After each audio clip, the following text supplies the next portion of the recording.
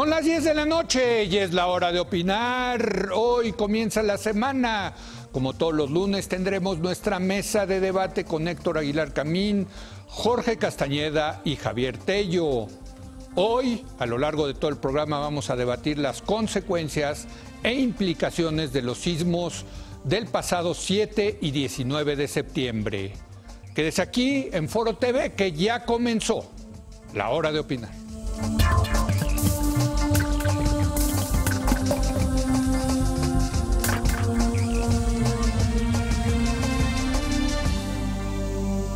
Muy buenas noches, Héctor Aguilar Camín, ¿cómo estás? Buenas noches. Leo, ¿cómo estás, Javier? Javier Tello, muy buenas noches. Héctor. Y desde Nueva York, Jorge Castañeda, que siempre se salva de los grandes sismos de que sacuden esta ciudad. ¿Cómo estás, Jorge?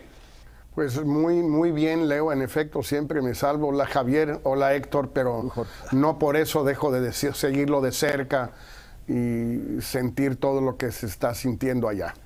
Así es, porque mañana precisamente se cumple una semana del sismo que sacudió a la Ciudad de México, Puebla, Morelos, el Estado de México y Guerrero. Curiosamente ocurrió un 19 de septiembre, la misma fecha en la que hace 32 años sucedió el terremoto de 1985. Las cifras de muertos ya superan las 300, pero también el número de rescatados es esperanzador. Hasta ahora las decenas de personas salvadas de entre los escombros son el testimonio de la misma solidaridad mexicana que presenciamos hace 32 años. Hay muchos temas que analizar, así que sin más, comencemos. Héctor, creo que sería conveniente comenzar con la inevitable comparación, diferencias y similitudes con 1985. Bueno, yo creo que la similitud más notable es la reacción de la sociedad. Sí.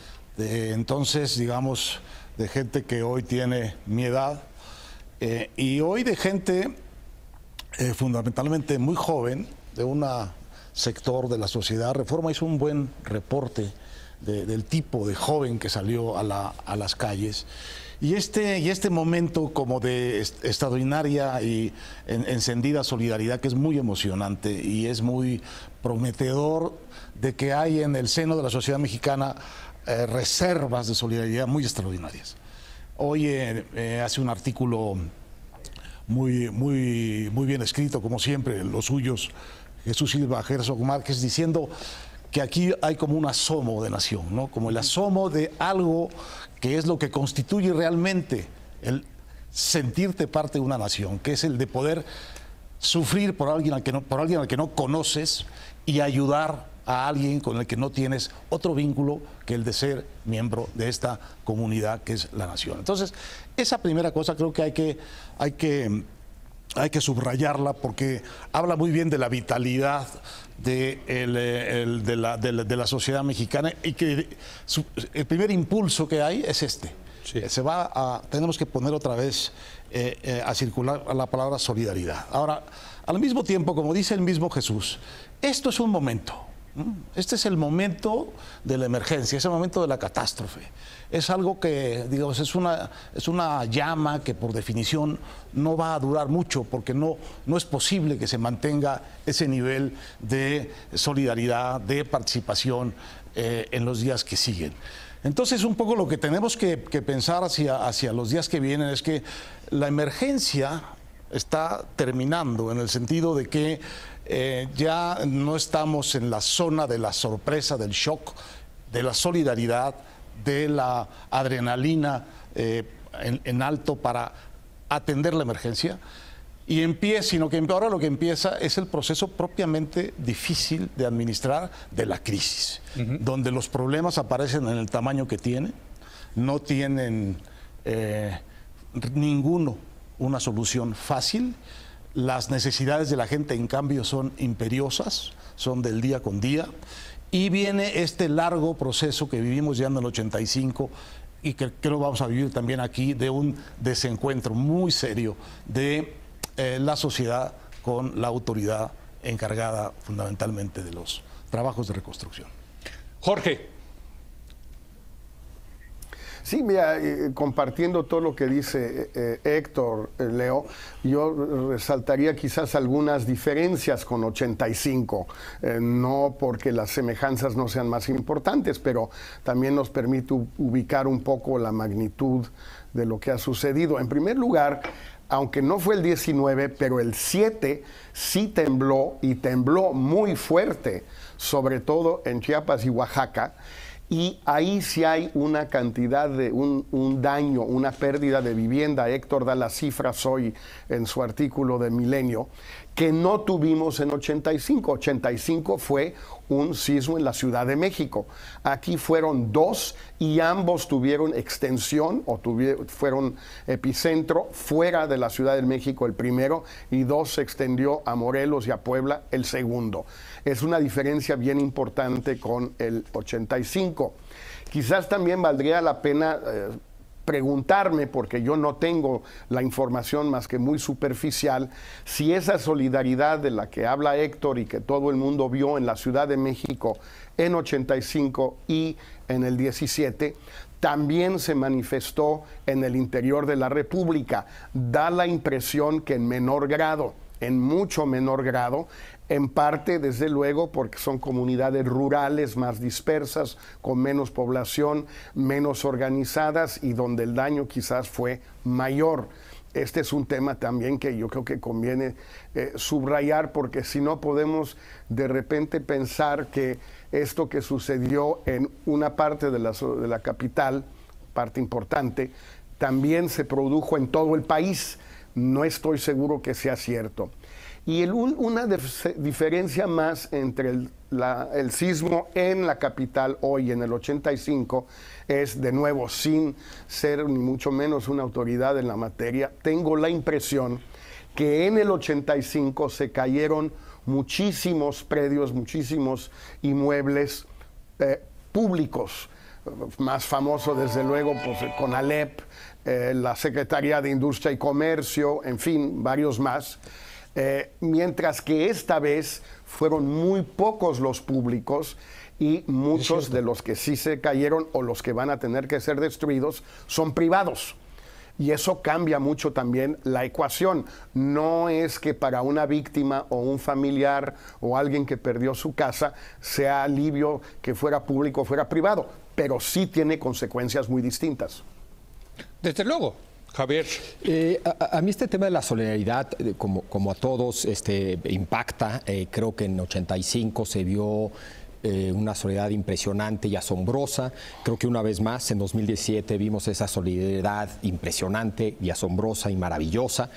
Sin embargo, donde empiezo yo a tener dudas es cuando algunos la empiezan a describir como una solidaridad mexicana, o como parte de un carácter nacional. Sí, no.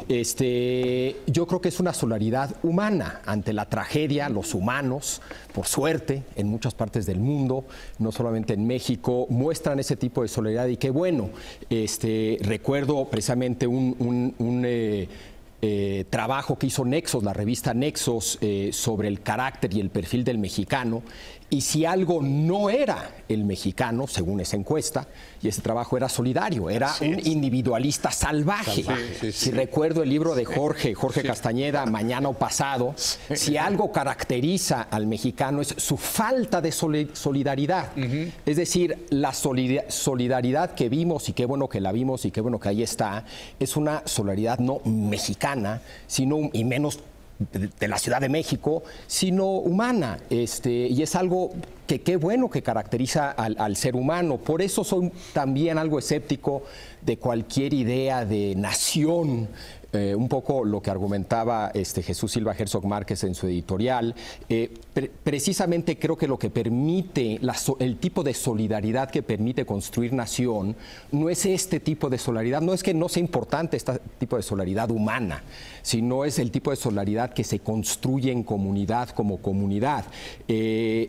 Pero qué bueno que, otra vez, yo creo que lo dice Jesús en ese sentido, en el sentido de la vida en comunidad, de sentirte perteneciendo y siendo capaz de sufrir lo que le duele a una comunidad, no a una nación en el sentido de México, creo en ti, o del nacionalismo, sino es que de también estaba de muy esa solidaridad vinculado, elemental con una comunidad, Pero en la que finalmente conoces a muy pocas personas. Yo sí creo que hay una diferencia importante entre 85 y 2017 en este tema de la solidaridad. Tengo la impresión, a mí me tocaron los dos temblores, que la solidaridad en 1985 era de una sociedad que tuvo en ese momento que sustituir al gobierno. O sea, sí era muy evidente la ausencia de gobierno en 1985. O sea, yo sí recuerdo que te podías meter a donde quisieras en 1985, hasta arriba de los edificios caídos y nadie te paraba. La gente era la que controlaba el tráfico en la Ciudad de México, etcétera. Yo me he dado vueltas por la zona de desastre y les puedo decir que la autoridad está bajo el comando de esa zona. O sea, no hay duda que está el ejército, está la policía y que la sociedad está ayudando. O sea, es parte del esfuerzo. Creo que sí es una diferencia importante. Sí. ¿No? Sí, pero no tienes esa misma... pero o sea, yo creo que la presencia de la autoridad es evidente en este sismo y la solidaridad ciudadana va acompañada de la autoridad, no sustituyendo a la autoridad. Pero tiene que ver también con el tamaño del impacto. Exacto, Después quisiera que habláramos Sí. de Oaxaca y de Chiapas, pero hablando de la Ciudad de México, el impacto del tamaño del terremoto del 85 fue realmente devastador Sí. y fue paralizante. La autoridad tardó mucho tiempo en reaccionar en muchos sentidos porque para empezar, se había perdido la comunicación telefónica. Sí. Durante 6 meses nadie pudo hablar por teléfono en esta ciudad, ni hacia esta ciudad, ni dentro de esta ciudad. Y no había celular, desde luego. ¿No? Ni internet, Aquí tengo ni unos internet, datos, ni aquí nada. tengo unos datos que la producción del programa nos mandó. Sí, sí. Solo para, digamos, dimensionar. Sí. Edificios con daño total en el sismo del 85, 30,000. En 2017, 38. Personas rescatadas en el 85, 4,000. En el 17, 69. Bueno, y las víctimas, ¿para qué te digo? ¿No? Hay una cifra que no se ha precisado, que entre 10 y 20,000 muertos en 85. En 85 y Solamente hay que ahora recordar que el Parque Delta, que era el parque de béisbol que está muy cerca de aquí, existía todavía, lo tuvieron que habilitar como morgue temporal, porque no cabía la cantidad de muertos que había, ¿no? Esto que dice Jorge de los edificios públicos es muy importante, porque vimos caer los hospitales centrales que había en la ciudad y en México, el Hospital General, el Centro Médico. Es decir, Sí, el daño físico fue de tal tamaño que realmente no es comparable con el sismo de 2017. De manera que tampoco puede ser comparable la actitud del gobierno. Es relativamente más fácil manejar un daño. Sí, totalmente. De las proporciones que estamos hablando a la que tenían que manejar en el 85. Y aprendizaje. Pero, sí, claro, ya hay programas. Pero había entonces una cosa, y tiene mucho que ver con lo que decía Jorge de los edificios, por ejemplo, o también con eso, que el Estado, el presidente y el gobierno tenían todos los recursos. No tenían oposición, no había y el gobernante de la ciudad era nombrado por el presidente. Ramón Aguirre. Y era un presidente de los de antes. Y estaba muy disminuido, ¿no? Por su reacción inicial ante la crisis, pero conservaba todos los instrumentos del Estado para hacer, entre otras cosas, por ejemplo, Jorge, las demoliciones de esos edificios que no fueron solo los hay nada de que se discutía. No había mucho que discutir. Había, digamos, un Estado más poderoso. Pero el daño era muchísimo mayor. Así es, Jorge. Sí, creo que eso es absolutamente fundamental y no es por menospreciar el daño de esta vez para la gente que fue afectada. Pero sí estamos hablando de partes muy localizadas en la ciudad con un pequeño número de edificios. Va a subir sin duda, porque habrá que destruir, derrumbar varios que no van a poder ser rehabilitados, pero de todas maneras son dos órdenes de magnitud absolutamente diferentes y la verdad, en honor al presidente de la Madrid y a quienes trabajaban en aquella época en el gobierno, no es comparable el reto que se les presentó a ellos entonces con el reto que se le presentó hoy en la capital, por lo menos, al gobierno de Peña Nieto y a la jefatura de gobierno de Miguel Ángel Mancera. Quería volver solo un segundo al tema de Javier. En efecto, a ver, vimos escenas tan recientes como las del huracán Harvey en Houston y en Galveston y Corpus Christi, donde hubo entre norteamericanos una enorme solidaridad entre ellos, y la gente usando sus lanchas para sacar cosas de vecinos, rescatándolos de los cocodrilos y qué sé yo. O sea, esto sucede en prácticamente todos los países del mundo cuando azota una tragedia de este tipo, huracán o terremoto o inundaciones, etcétera. Qué bueno que sucede también en México. Yo creo que lo que nos sorprende en México es que en efecto, como dice Javier y muchos hemos sostenido a lo largo de los años, la sociedad mexicana o el mexicano, como le quieras llamar, no suele ser solidario. No suele ser colectivo, es excesivamente, extremadamente individualista. Entonces, cuando de repente se forma una cadena humana en México, nos quedamos maravillados y con razón, porque eso no es lo que hacemos. Cuando se vuelcan los norteamericanos a donar dinero en una cuenta para ayudar a los damnificados de Harvey o de Katrina hace 10 años, no sorprende a nadie en Estados Unidos porque así actúan más o menos siempre. Lo mismo podríamos decir de los alemanes, los holandeses, los franceses un poquito más sangroncitos, pero en fin. Bueno, y dentro de los mexicanos, la verdad, los chilangos somos quizás de los más individualistas en la República, ¿no? Pero Javier, sí hay un... Por eso, por eso la sorpresa es válida, ¿no? Claro, claro, sí sorprende. Sí, en cuanto a la sociedad civil que reemplaza, no reemplaza al Estado, yo creo que más bien en 85 lo que vimos fue un despertar de una sociedad civil que efectivamente se organiza ante la tragedia, pero lo que se vuelve, yo creo que particularmente valioso, es que se mantiene organizada, es decir, surgen muchos movimientos a partir de 85, que se mantienen organizados y lo que surge es ese empoderamiento y la conciencia que la organización le permite ser más poderosa y ser un contrapeso a los otros poderes, sea el Estado, sea el poder legislativo, judicial, sean grandes, sea quien sea. ¿En qué estás pensando? Porque creo que estamos pensando en lo mismo. Sí, bueno, surge el superbarrio y surge una serie... Pero a ver, yo creo que esa es interesante. Es de lo Monsiváis, ¿no? Lo que describe Monsiváis. Sí, pero yo creo que hay que quitarle mucho esta parte heroica del surgimiento de la sociedad civil, porque muchos de estos grupos efectivamente que surgieron en el temblor del 85, acabaron siendo tremendamente clientelistas y corporativos. O sea, en el 85 surge René Bejarano y su grupo. O sea, lo que hace Manuel Camacho, organizar a los damnificados y meterlos a la estructura del PRI en la Ciudad de México, que luego se los llevaría al PRD y ahora muchos están en Morena. Esto de la sociedad civil organizándose, sí, por un lado estoy de acuerdo, pero también derivó en una serie de prácticas de clientelismo político que puede, por cierto, volver a ocurrir, ¿o no? Sí, a ver, yo estoy hablando que lo único que le permite a una sociedad ser un contrapeso a la autoridad, al poder, sea cual sea, es la organización. Y que lo que sucede a partir de 85 es que nos empezamos como sociedad civil a organizar más. Que si eso siempre es para bien, pues no nos depende qué pase, depende de la opinión de cada quien, etcétera. Pero si la pregunta es ¿qué prefieres? ¿Una sociedad civil organizada o no organizada? Yo siempre preferiré, por más que haya riesgos, que esté organizada que no esté organizada, ¿no? O que lo capture el sistema corporativo. Pero en fin, a ver. Aún así la prefiero organizada, capturada, que desorganizada. organizada no capturada. Totalmente de acuerdo. Héctor, Solo o Javier, Jorge, un venga. comentario rapidísimo, perdón.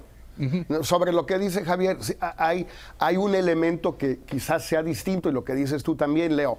En el 85, como se cayeron muchos edificios públicos o donde vivían muchísima gente como Tlatelolco, que era semipúblico, semiprivado, ¿sí? Había damnificados que se organizaron o fueron organizados o una combinación de ambas cosas.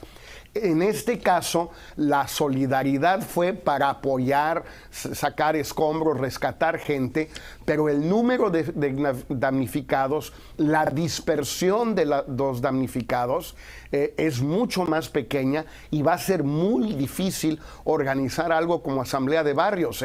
No habrá habido, creo que un multifamiliar que se cayó y bastante pequeño, tengo entendido. Entonces, no va a ser fácil organizar a las víctimas más allá de la emergencia que prácticamente está ya concluyendo. Completamente de acuerdo contigo, Jorge, pero sí es un caso diferente en Oaxaca y Chiapas, a lo que está ocurriendo. Ahí sí hay que tomarla en cuenta. Para volver a las cifras, en el sismo 85 llegaron a estar en albergues 20,000 personas. Hoy hay 3,000. La magnitud de la pérdida de vivienda fue enorme en la Ciudad de México y dio lugar a un volumen enorme de gente que no tenía literalmente en dónde dormir, que es lo que yo creo que está sucediendo hoy en Chiapas y Oaxaca. Quisiera que entráramos después a eso, porque es una cosa completamente distinta de la Ciudad de México. Y esa organización, ese problema de esta gente movilizada en una ciudad que en efecto parecía no tener autoridad, se presentó como un problema político enorme, porque no había quien dialogara, quien estableciera los vínculos con eso. Pero sí había un Estado capaz de asignar a dedo recursos para que quienes pudieran ser representantes o asumirse como representantes de esos damnificados recibieran el dinero y luego recibieran las casas. Ese es el origen de la sociedad que se organizó y que ha acabado. Ese es el espíritu del clientelismo con el que se ha organizado esta ciudad a partir del sismo 85. Totalmente. No es ninguna novedad, simplemente que estos damnificados no estaban en la lista de la clientela del PRI, y lo que se desbarató ahí fue la capacidad del PRI y del gobierno de dialogar con estos damnificados. Pero luego Manuel Camacho, en un momento con Marcelo Ebrard, en un momento de mucha inteligencia y sensibilidad política, le entregó a los que se organizaban solos los recursos que el Estado de otra manera hubiera tenido que aplicar por sí mismo. Pero luego los capturaron políticos. Y luego eso dio lugar a una nueva estructura de poder político, nueva, fresquecita, efectiva, apoyada por el gobierno para gobernar la ciudad que se había vuelto en muchos sentidos ingobernable. Tú imagínate, si el presidente de la Madrid tenía ese reconocimiento tan bajo, imagínate en dónde estaba el reconocimiento de Ramón Aguirre, el regente de la Ciudad de México. Doy un dato, en 88, 3 años después del temblor, pierde el PRI en el Distrito Federal, entonces Distrito Federal, pero en el 91 arrasa en las elecciones intermedias, siendo Manuel Camacho el regente. Y lo hace con esa clientela. Desde luego. Y luego esa clientela, sabemos, se dividió y se fue y pasó al PRD. Entonces, los damnificados de hoy tienen a dónde ir. Aparte. No son tantos y tienen a dónde ir, porque están ahí esas organizaciones instaladas desde por lo menos el año 85. Bueno, vamos a hacer una breve pausa y seguimos con todo el análisis, todo el debate. No están concentrados, No están concentrados. Pero bueno, vamos a hacer una breve pausa y regresamos con todo el análisis y el debate acerca de los sismos ocurridos el 7 y el 19 de septiembre. Regresamos en un momento más.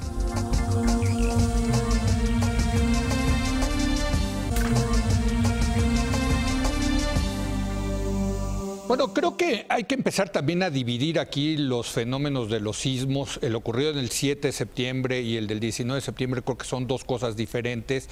Estuvo aquí la semana pasada Raúl Feliz, nuestro experto en materia económica y financiera. Nos daba los datos económicos de Oaxaca y Chiapas antes de los terremotos. Son dos estados que llevan 10 años en una década perdida, no han crecido. Hay una verdadera crisis económica, vamos a ponerlo así, en Oaxaca y Chiapas. Y cae el temblor del 7 de septiembre, donde ni siquiera tenemos muy claro cuántos son los datos. Se habla de 60, 80 mil viviendas, en fin. A mí en lo particular me preocupa muchísimo Oaxaca y Chiapas por la historia de estos dos estados, porque ahora sí que les llovió sobre mojado y porque ahí sí puede haber, ¿no?, una reacción social de otro tipo. Es una reacción no de solidaridad, sino de protesta. O quién sabe, ¿no? Porque estamos hablando de dos estados, los más pobres del país, donde les cayó este terremoto, ¿no? A ver, en un reporte que dio el vocero de la presidencia, Eduardo Sánchez, habló de 58,000 inmuebles totalmente perdidos en Oaxaca, Chiapas y Morelos. Faltan los del Estado de México y los de Puebla. Y falta, digamos, esta es una cosa que él dio a conocer hace 4 días, o el sábado así. Aparte de eso, la información es muy fragmentaria. Esta misma es muy general. Y la verdad es que uno solo puede como adivinar a través de esas cifras la magnitud del asunto. Imagínate 50,000 familias que han perdido completamente su vivienda desde hace, no desde el 19, desde el 7. ¿Cuántas personas por vivienda te gustan? ¿Cinco? Bueno, pues estás hablando de 300,000 personas. Así es. Pobres. Además en situaciones precarias. Que no tienen a dónde ir, que tienen muy lejos la autoridad también. Primero porque su autoridad es muy mala y segundo porque físicamente está muy lejos. Es muy difícil llegar, que llegue ahí el ejército, que lleguen ahí las ayudas, etcétera. Entonces, la magnitud de ese sismo, digamos, en el interior del país, yo creo que no lo conocemos. En parte, como tú dices, porque no nos hemos puesto a investigar, pero en parte porque estamos otra vez, a querer o no, en el vacío de siempre, de que hablamos tanto aquí, de que la autoridad no hace su balance de información y se presenta de una manera sistemática y ordenada a decírselo a la población. Hemos visto al presidente muy activo, hemos visto al jefe de gobierno, qué bueno que van y vienen, qué bueno que están con la gente, qué bueno, pero la información cabal del tamaño y de la diferencia entre estos sismos no la tenemos todavía y es muy difícil aquí sí pedir que los medios la tengamos, la de Chiapas y la de Oaxaca. La de la Ciudad de México a lo mejor podríamos un poco, pero la del resto del país, no. Y la cosa se puede poner muy fea. Ayer tuvo un incidente muy feo el propio Peña Nieto. No, en su estado. En el Estado de México. En su Estado de México. Tiene razón, sí. Y le gritaban ahí sus paisanos, queremos hechos, no queremos palabras. Sí. Una comunidad que se llama, no me acuerdo, Xochilcingo o algo así. Entonces, y hubo una fricción entre brigadistas Graco Ramírez y el Estado Mayor. Y el Estado Mayor. Entonces, ese es el otro sismo, digamos, ¿no? Así es. Javier. Bueno. O Jorge. Sí, no, mira, sobre esto yo creo que también estamos viendo un reto importante para la autoridad, pero también para la sociedad mexicana. Todo parece indicar que la situación en la capital está más o menos bajo control. Insisto, no quiere decir eso que no haya gente que esté sufriendo, pero está bajo control. Incluso parece que hay superávit, si se quiere, de víveres, cobijas, pañales, agua, todo lo que se quiera. Y por el otro lado, hay una falta de apoyos en la provincia lejana, digamos Oaxaca y Chiapas. Bueno, y menos solidaridad. Lo lógico sería que se pudiera trasladar lo que sobra, entre comillas, en la Ciudad de México a las partes de Chiapas y de Oaxaca donde no solo no sobra, sino que falta. Ahora, esa es una tarea titánica para cualquier estado, por todas las razones que daba Héctor. No es Monterrey, no es Guadalajara, son 500 municipios en Oaxaca, o no 500, hay 500. Son zonas de Chiapas muy alejadas, muy mal conectadas. Bueno, y creo que esa falta de conexión, esa falta de información habla de una larga historia en el caso de estos dos estados de olvido, de marginación histórica, que en el momento de un desastre pues hacen esta tarea tan titánica. Y creo que una vez más es una oportunidad para tratar de empezar a remediar eso. Si hablas tú con expertos en temas de desastres, invariablemente hablan de la capacidad de recuperación de una sociedad, ¿no? Es muy importante no solamente la parte de prevención de desastres naturales, sino cuando ocurren, tener la capacidad de recuperarte. Y recuperarte no en el sentido de regresar a tu situación ex ante, sino mejorar, ¿no? Los holandeses son muy buenos, hay una inundación y reconstruyen de una manera que si se da, ya no se puede dar la misma inundación, igual les toca otro desastre, ¿no? Eso es muy importante. Entonces, Sí, eso es importantísimo. Es fundamental. Y lo que queda algo aprendimos del 85, bueno, la verdad. Iba a contrastar la Ciudad de México con Chiapas y con Oaxaca. Nos queda muy clara la capacidad de recuperación de la Ciudad de México por muchas razones. Y lo que queda clarísimo es la falta de capacidad de recuperación de comunidades en Chiapas, de comunidades en Oaxaca. Pero y lo que hay de- que tratar de arreglar es esa capacidad de fondo de recuperación. Supuestamente después de la rebelión zapatista en 1994 se le habían inyectado miles de millones de pesos a Chiapas para Y se le superar la siguieron. pobreza. Y se le siguieron inyectando. Y ahí están, siguen siendo uno de los estados más pobres del país, Javier. Ah, no, bueno, sin lugar a duda. Y ahorita están estas No, zonas el más económicas pobre. que en parte tienen ese propósito, que yo creo que es en términos generales, una muy buena idea. Sí, lo de las zonas económicas. Sí, falta una buena implementación de esa buena idea, pero en fin, yo creo que ese es el tipo de cosas que hay que hacer para estas zonas, más allá de atender la coyuntura y la emergencia que viven hoy, ¿no? Lo cual me lleva a otra diferencia entre el 85 y el 2017, es que en el 85 estábamos en medio de una crisis económica de las peores que ha vivido el país. El gobierno estaba quebrado, teníamos un problema de finanzas públicas tremenda. Hoy en día no es así, hay que decirlo, hay los recursos. México puede endeudarse incluso para la reconstrucción. O sea, los grados de libertad económica son otro mundo. O sea, realmente ahí sí es una diferencia importantísima. El problema, Héctor, es a quién se le va a entregar esos recursos. ¿Y de dónde- ¿Cómo y de van dónde- a llegar esos recursos? ¿Y de dónde va a venir? ¿Se lo van a Hablemos de dar al eso. gobernador de Oaxaca o al gobernador de Chiapas? A ver, Eso ahí sí va a viene- terminar en clientelismo. Ahí sí viene el problema que decía Javier, de que prefiere una sociedad que esté organizada para Sí. recibir y ejercer a no tener eso. Yo no sé, no creo que exista esta sociedad nuevamente organizada en Oaxaca o en Chiapas. Pero lo que sí existe, y esto me lo decía hoy un empresario que me llamó para siempre con una mirada muy penetrante de las oportunidades. Dice, esto es una desgracia desde luego, pero puede ser también una oportunidad de inversión y de empleo. Si se canalizan los recursos adecuadamente, justamente a las zonas devastadas, que son zonas cuyo oficio a la hora, digamos, de la ingeniería es la autoconstrucción. Y tú canalizas esos recursos bien y les das los materiales. Eso está y bien. Para que ellos reconstruyan su vivienda en condiciones, como dice Javier, que es muy importante, no igual de malas como eran, sino mucho mejores de lo que eran, puedes tener un círculo virtuoso en el que la gente está trabajando en su propia casa y está recibiendo recursos que le vienen de otra parte, porque de Oaxaca no van a poder venir. Tendrá que venir Pero de la lo que Federación. dices, a mí me parece importantísimo, que se canalicen bien. Entonces, es que, ¿cómo canalizarlos, Héctor? Bueno, Ese es el- aquí es donde viene el problema de que el Estado que tenemos es menos fuerte y menos centralizado que el del sismo del 85.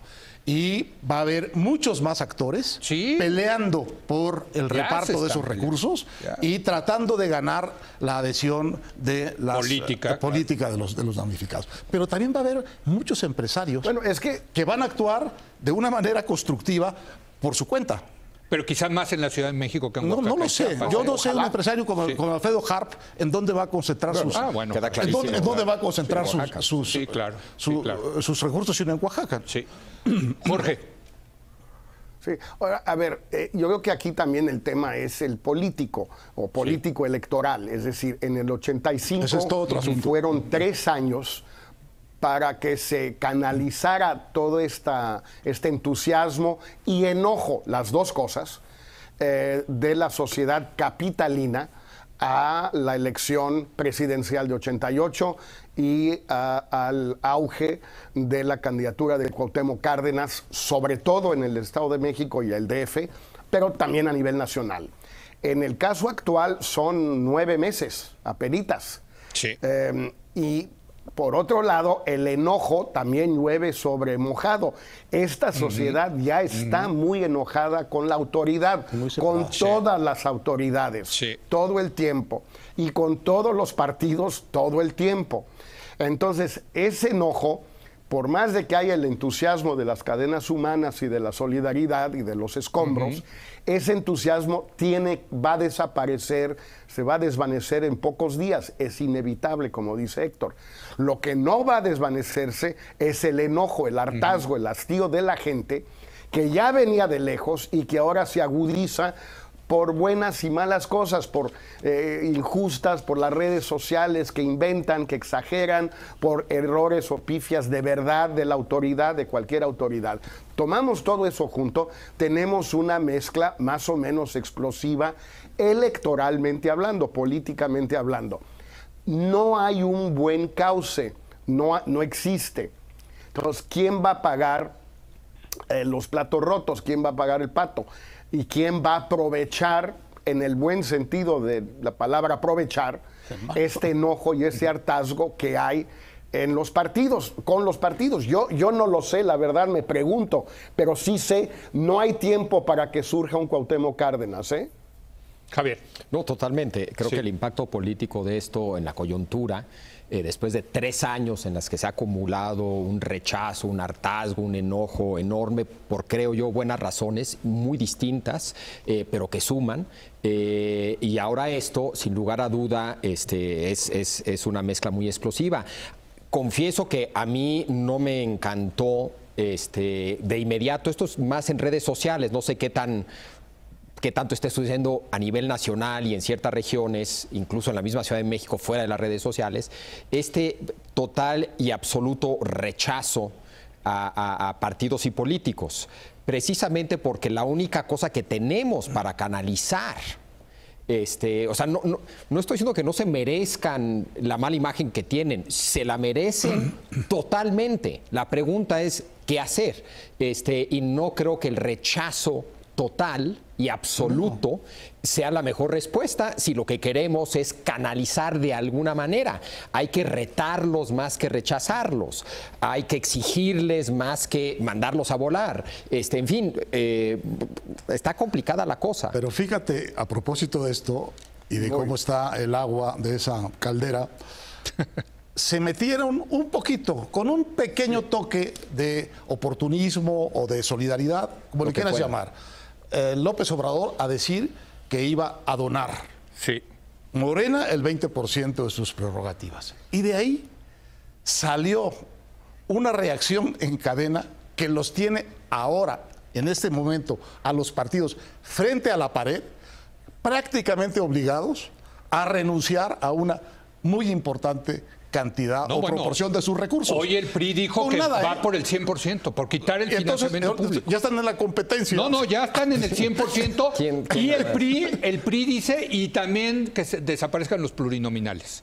Bueno, o sea, ya estamos, a ver quién que desaparezca ofrece... el INE también. Entonces vamos desapareciéndolo todo para poderle dar gusto a la gente que está enojada con los partidos. No, lo que tienen que hacer es planteárselo con seriedad, hacerlo institucionalmente, hacerlo juntos, que no parezca una competencia oportunista, ¿no?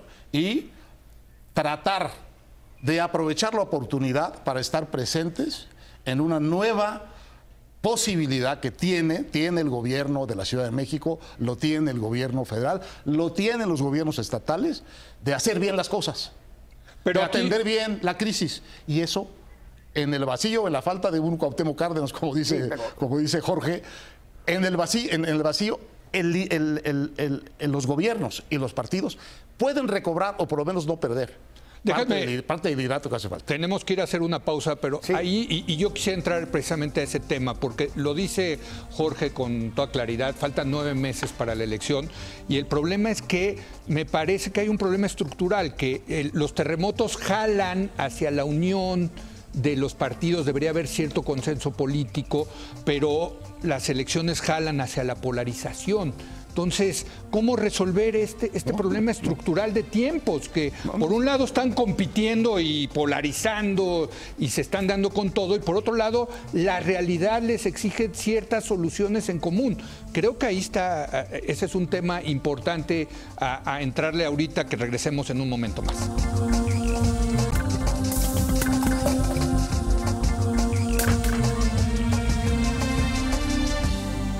Bueno, pienso que la ciudadanía lo que quisiera ver ahorita es una especie de unión, de consenso político por parte de todos los partidos, de ver esa imagen de todos los presidentes de los partidos sentados junto con las autoridades electorales diciendo vamos a hacer esto, hemos acordado esto, y lo que tenemos una rebatinga de que yo doy el 20, yo doy el 50, no, yo me voy hasta el 100 y pongo los plurinominales, etcétera. Y también hay que decirlo, para unir, digamos, a la clase política se necesitaría cierto liderazgo. No lo tiene el presidente Peña Nieto en este momento, es un presidente impopular, es un presidente que ya se va, y entonces me parece que vamos a seguir en la polarización, en la división política, y en ese sentido, ¿cuáles pueden ser las consecuencias, Jorge? Mira, primero subrayar que por lo menos la encuesta de Reforma de antier, por muy rápida y telefónica, todo lo que tú quieras, Peña, a pesar de que no parece haberlo hecho mal, no sale bien. Sale muy desaprobado en sus mismos números de siempre, en primer lugar. En segundo lugar, yo creo que los partidos deben hacer el gesto de entregar, devolver, donar, la palabra que se quiera, la mayor cantidad de recursos a través de la forma que sea más eficaz. Ahora, para la emergencia, pero no ponerse a legislar todo esto en el calor de la tragedia, y menos aún el tema de los pluris, que es muy complejo también. El de financiamiento de campañas ni se diga, es endiabladamente complicado, y eso no se puede andar legislando sobre las rodillas. No es serio eso. Y lo de los pluris ni se diga.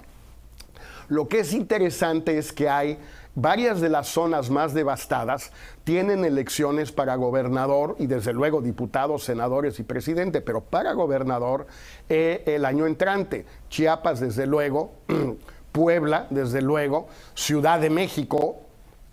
Entonces hay en esas tres por lo menos muy afectadas. Y Morelos, perdón, 4, tienes toda la razón. Bueno, los partidos o algunos partidos, el Frente, por ejemplo, pero no sé si los otros también, podían ofrecer sus candidaturas a sectores no partidistas en esos estados donde hay devastación, donde hay elecciones y donde podrían mostrar su disposición a escuchar a la sociedad más allá de darle dinero que por cierto, es de la sociedad. En primer lugar. Y en segundo lugar, pues no me gusta mucho la idea que acaben los bolsillos de MetLife, es decir, de las aseguradoras.